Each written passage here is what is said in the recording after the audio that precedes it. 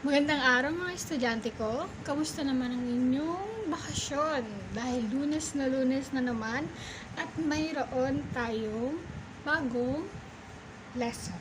So, nagdadasal muna tayo bago tayo magpunta sa ating mga tatalakayin ngayong araw. Okay? Sa ngalan ng Ama, ng Anak, ng Espiritu Santo. Amen. Panginoon, maraming salamat po sa panibagong araw na naman na aming mararanasan, araw na puno ng pagsubok galing sa iyo, araw na puno ng kaalaman, bagong kaalaman para sa mga estudyante, bawat mga tao. Naway gabayan, tuluyan, naway subaybayan niyo pa rin kami sa aming pang-araw-araw na pamumuhay at sana ay mapatawad ninyo kami sa aming mga araw na pagkakasala at maraming salamat sa araw-araw na biyayang binibigay ninyo sa amin. Yun lamang po, maraming salamat. Gabayan ninyo po sana ang aming lesson ngayong araw dito. Sana maging produktibo ang aking mga estudyante. Sa Ama, ng Anak, ng Espiritu Santo. Amen. Okay, class. So, ang ating lesson for today is, hindi ko muna sasabihin sa inyo. Nalalapit na ang ating eleksyon. Election 2022. So, ano ang mga balita na napanood nyo? Kung nanonood pa man kayo ng TV, o kung syempre nag-FB kayo, social media, ano yung mga balita na sasagap ninyo, nababasa ninyo sa television or sa social media nga. Okay, sige, si teacher na ulit ang sasagot ha. Okay. Una, tatakbong vice presidente at anak ng kasalukuyan natin presidente na si Sara Duterte. Okay, sabi niya hindi siya tatakbong president, pero tatakbo siya ng vice presidente. Okay? Tapos ito naman ngayon si Senator Bongo, tatakbo ng president. So, magulo. Okay? Ano ang inyong mga opinion sa mga pangyayaring iyan sa darating eleksyon? Kumbaga, anong inyong emosyon, anong inyong reaksyon, anong naging reaksyon ninyo nung nabasa ninyo yun or narinig ninyo yun sa balita. Okay? Kasi si teacher, parang hindi na nila binibigyan ng halaga yung pag-file nila. Unang beses nila pag-file. Kasi nag-file ka kailangan buuan loob mo. Okay? For example, halimbawa, si Mayor Sara Duterte. Sabi niya, ilang ulit niyang sinabi hindi siya tatakbo ng mataas na posisyon. Okay, hindi siya naghahangad, ganun. So, nag-file siya agad-agad ng pagka-mayor sa Davao. Pero, ito na nga, nag-Nobyembre, humabol ng pagka-presidente. Okay, so, nasaan ang isang salita? Bilang isang politiko, bilang isang public servant, okay, kailangan mayroon ka na isang salita. Okay? Isa yan sa mga dapat na katangian na mayroon ng isang public servant. Isa na rin dyan si Senator Bongo. Okay? Vice Presidente, pero naging president. Kasi una niya tinakbo is vice president. Okay. So, ayun lang, ang reaction ko, parang yung mga politiko natin ngayon, wala na silang isang salita sa una nilang desisyon na ginagawa. Yung, kumbaga parang nilalaro ba nila tayo? Nilalaro ba nila ang taong bayan? Okay? Ginagawa na lang ba nilang biro ang eleksyon? Yun ang aking reaksyon. So, kung meron kayong reaksyon, kailangan ninyo yung bilang isang kabataan na kasi kayo, di ba, mga grade 6, kailangan ilabas niyo yan para hindi isipin ng gobyerno natin na tahimik lang tayo, na kaya nila tayong kumbaga bata-batain. Okay, ayan ang news na isi-share sa inyo ni teacher. Okay, bukas naman may kailangan nakahanda ang bawat isa sa inyo kasi magtatawag ako na siya naman magsishare ng balita. Ano kaya weather report? Okay? Basta magbabalita kayo, mga kaganapan sa ating bansa. Okay? Okay klase, ang ating talakihin para ngayong araw ay ang panahon o ang batas militar. Okay? O sikat na martial law. Okay? Martial law. Alam ko narinig nyo na yan sa nanay, tatay ninyo, nakaabot ng martial law. Lalo na sa mga lolo't lola ninyo. Okay? Siguro naman may background na kayo. May alam na kayo kahit kakaunti sa nangyari sa martial law noon. Okay? Hindi lang basta sa Mindanao, kundi sa buong Pilipinas. Okay? So, may papanood sa inyo si teacher ni video. Nasa video na yun ay ang pinaka-importante para sa ating tatalakayin ngayong araw. So, pagkatapos ng video, may mga katanungan sa inyo si teacher. Okay?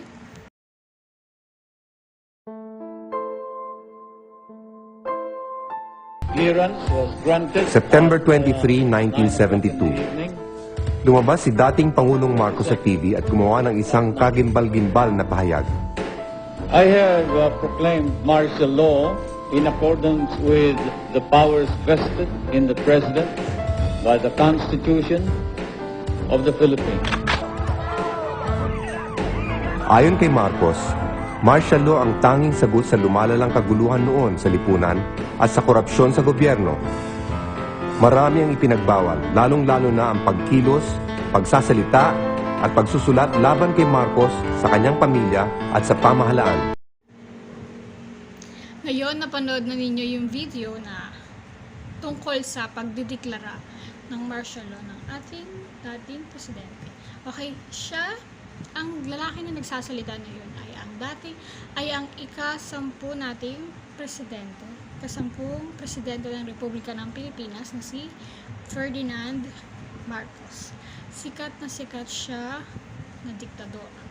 Hanggang ngayon, sikat na sikat pa rin siya. Halos ilang taon ang nakalipas, may ilang dekada na. Pero ang pangalan niya, buhay na buhay pa rin. Lalo na ngayon, mag-e-eleksyon. Okay. Meron ako sa inyong ipapakita na 4 na litrato, 4 na larawan. Nais ko na bigyan ninyo ito ng pansin. Okay? Dahil importante rin ito sa ating talakayin ngayong araw. Okay? Ito ay isa sa mga kaganapan na nangyari noong batas militar. Panahon ng batas militar. Ito ang unang litrato. Mayroong pagpupulong. Okay? Black and white siya kasi sinauna nga, okay, 1960s, 1970s, pa yan. Okay? Kaya, mayroong pagpupulong. Okay? Yung nasa gitna ay si ang dati nating presidente, tama. Si Ferdinand Marcos. Tapos yung mga nakapaligid sa kanya, yung mga opisyal niya yan, kumbaga, sa ngayon, matatawag natin ang kanyang cabinet. Okay? Ang karamihan dyan siguro mga sundalo, ganun, mga police na matataas ang rango.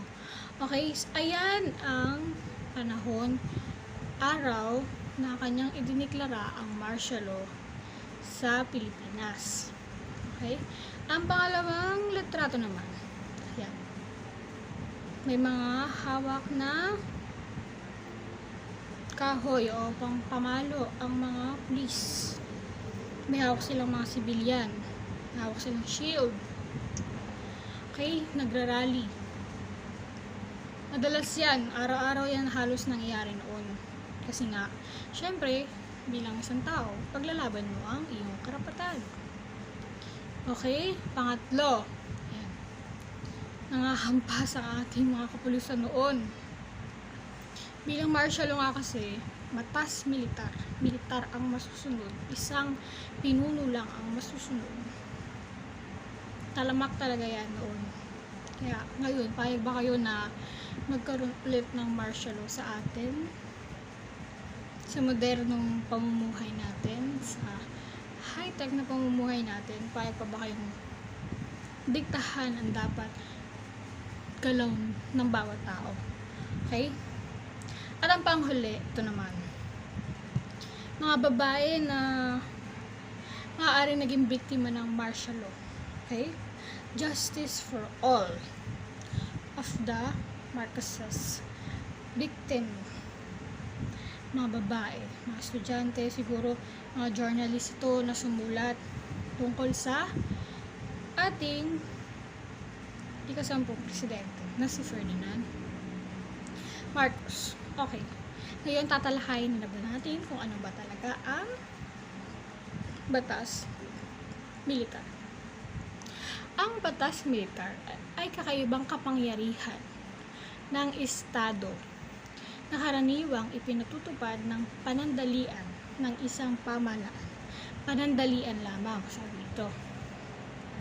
Kapag hindi na maayos o magampanan ang pamamahala gamit ang sibilyan, itong kapangyarihan pagpapanatili ng kaayusan at katiwasayan, nagbigay ng mga unang serbisyo, maaaring ipatupad ang batas militar upang manaig ang kanilang kapangyarihang sambayanan. Nagpapatupad din ng batas militar tuwing may mga hidwaan gaya ng pananakop ng ibang bansa, pananakop ng mga katabi nating bansa, gano'n. Kaya pananakop ng mga grupo na nagbuo dito sa loob ng mismo ng ating bansa, kung saan ang kawalan ng pamahalaang sibilyan ay nagdudulot ng pagkakabalisa ating populasyon. Kumbaga, ang batas militar ay ipinatutupad lang ng pamahalaan kung wala ng kontrol sa mga tao, sa populasyon, sa bansa. Okay? O ano kaya kung may krisis, yun nga, kung mayroong pananakop na gaganap. Ang kaisa-isang naging presidente ng Pilipinas na nagpatupad ng martial law sa buong Pilipinas ay si Ferdinand Marcos. Sino nga ba si Ferdinand Marcos? Siya ay nagsilbing kasapi ng kapulungan ng mga kinatawan ng Pilipinas mula 1949 hanggang 1959 at kasapi ng Senado ng Pilipinas mula 1959 hanggang 1965 bago naging Pangulo ng Pilipinas. Okay? Nasa Senado muna siya bago siya naging presidente ng Pilipinas. Okay? Noong 1965, para sa 4 na taong termino, sa kanyang unang termino, naluklok si Ferdinand Marcos bilang isang presidente. Sa kanyang unang termino, sinimulan ang paggugol sa mga gawain pampubliko, kabilang na ang pagtatayo ng mga lansangan, tulay, health center, at mga eskwelahan. Okay, ayon ang ating dating presidente, si Ferdinand Marcos. Okay, totoo yun. Totoo naman na marami siyang napagawa para sa bansa sa kanyang unang termino. Okay, kasama na rin doon ang kanyang asawa na si First Lady Imelda Marcos. Marami rin napagawa si First Lady noon. Okay, isa sa mga naging programa ni Ferdinand Marcos ay ang Green Revolution. Okay? Pangunahing programa upang pataasin ang produksyon ng bigas. Okay? Dahil dito sa kanyang programang ito, kumita ang Pilipinas ng halos 7 million na dolyar. Noon yan. Sa kanyang unang termino. Alam niyo rin ba na galing kay President Marcos ang land, hindi naman galing sa kanya, kumbaga isa yun sa mga programa niya, Land Bank of the Philippines. Okay, hanggang ngayon meron pa rin yan, hindi ba? Itinatag ang Land Bank Philippines upang makatulong sa mga magsasaka para sa kanila ito. Okay, na karamihan ay kasama o nakikisalama o nakikiano lang ng lupa. Okay, hindi sa kanila talaga yung lupa, nakikita din lang sila. Sa pamamagitan ng pagpapautang, natutulungan ng Land Bank ang mga magsasaka na tuluyan ariin ng mga lupang ipinagkaloob sa kanila. Okay, malaking tulong yan sa mga magsasaka natin. Ewan ko lang ngayon kung mayroon pa niyan ngayon. Pangatlo ay ang National Economic and Development Authority o ang NEDA. Inatasan ni Pangulong Marcos ang NEDA upang bumuo ng mga plano at programang pangkaunlaran para sa bansa. Okay? Yun ang unang mga programa ni President Marcos sa kanyang unang termino. Meron pa. Ang last ay ang, hindi man ito yung last na, pero ito lang yung huling sa mga aking halimbawa. Ang Population Commission, POPCOM. Layunin ng POPCOM na patatagin at palaganapin ang mga programa sa pagpaplano ng pamilya ng pamahalaan. Okay?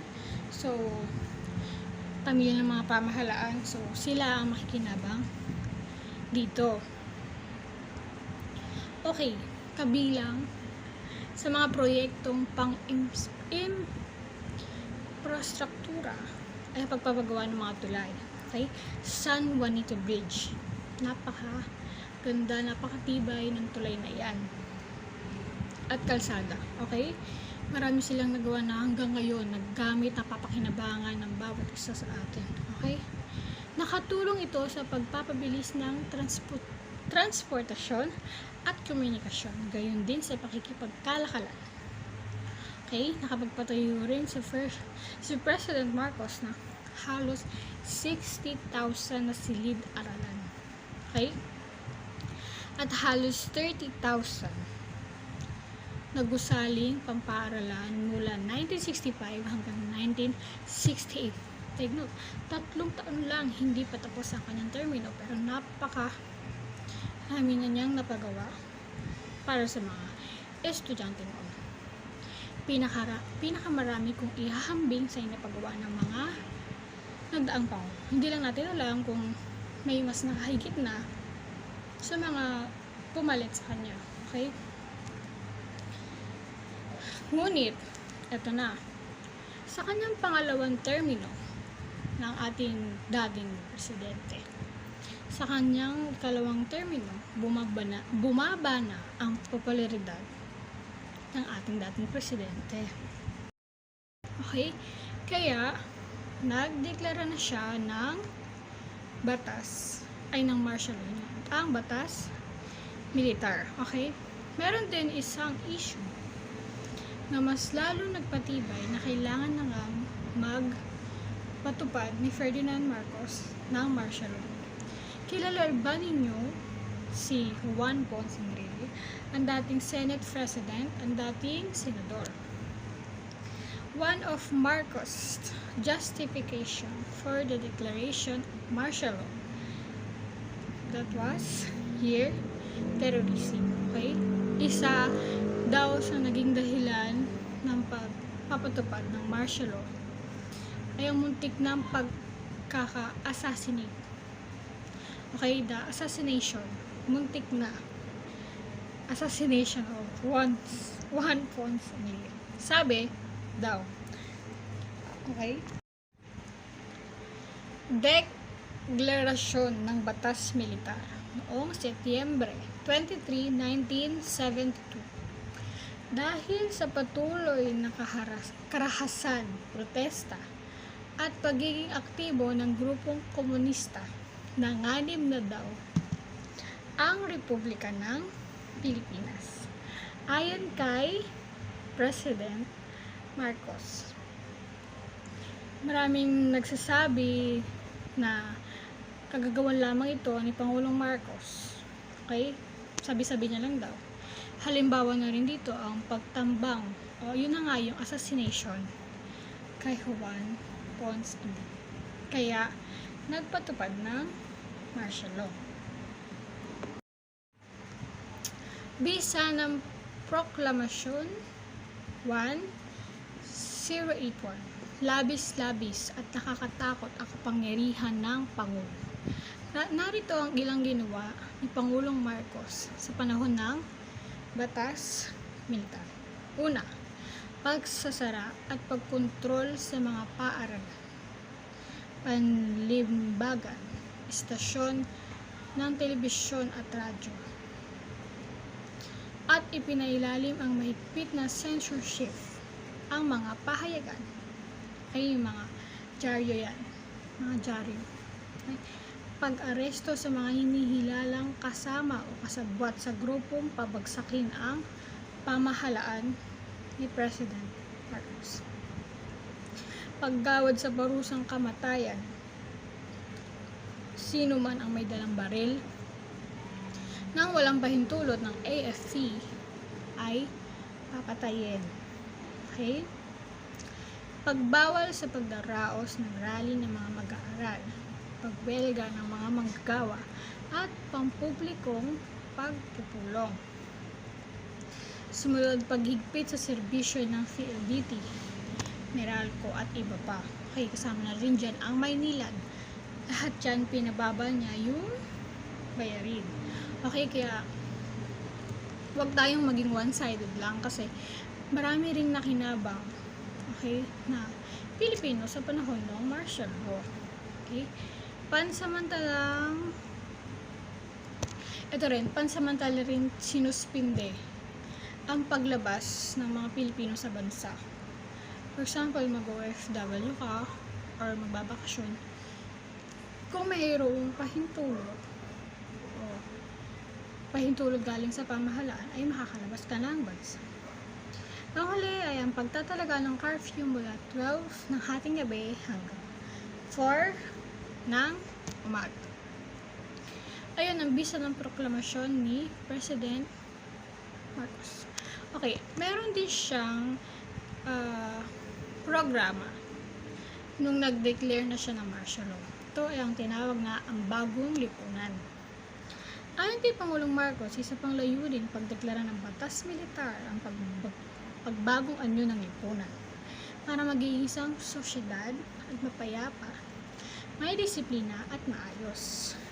Upang maisulong ito, itinatag ang bagong lipunin na may 7 layunin.